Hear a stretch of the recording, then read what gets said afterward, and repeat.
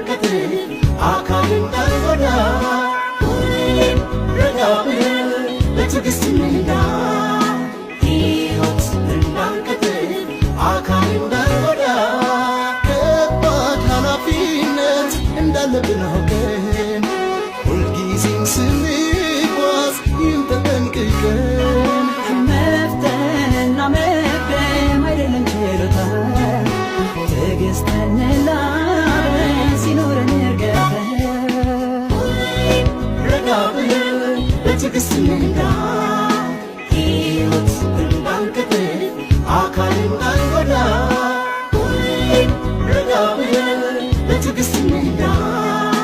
ሕይወት እንዳንቀጥል አካል እንዳንጎዳ ለእግረኛ ቅድሚያ እንስጥ በየመታጠፊያው አደጋው ይቀንስ የሰው ሕይወት መጥፊያው ሴቶችና ሕፃናት አረጋውያኑ በመኪና አደጋ ከማለቅ ይዳኑ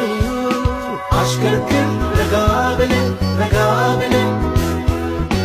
አትቸኩል ትደርሳለህ ዘና